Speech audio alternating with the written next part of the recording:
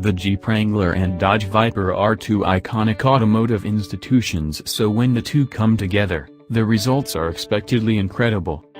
What you're looking at is a Viper-powered Wrangler that has undergone a comprehensive transformation to make even the new generation Wrangler seem rather boring. One look under the Wrangler's bright red hood reveals the mammoth 8.3-liter naturally aspirated V10 engine that made the Viper so iconic.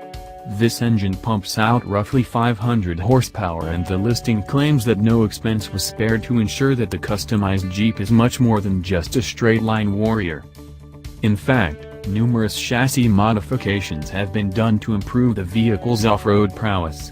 For example, there's a beefed-up suspension system with increased travel, a custom-built transmission, bespoke drive shafts with Tom Woods U-joints, a modified front axle, and a Dana 60 axle at the rear with 35 spline shafts. Additionally, there are a set of 20-inch wheels with 35 Mickey Thompson Baja 80Z tires and brakes lifted straight from the Viper SRT10. One look at the exterior of the Wrangler provides a hint of what's going on under the skin, but only those passing by with the most creative mind could ever guess the engine that sends power to the ground.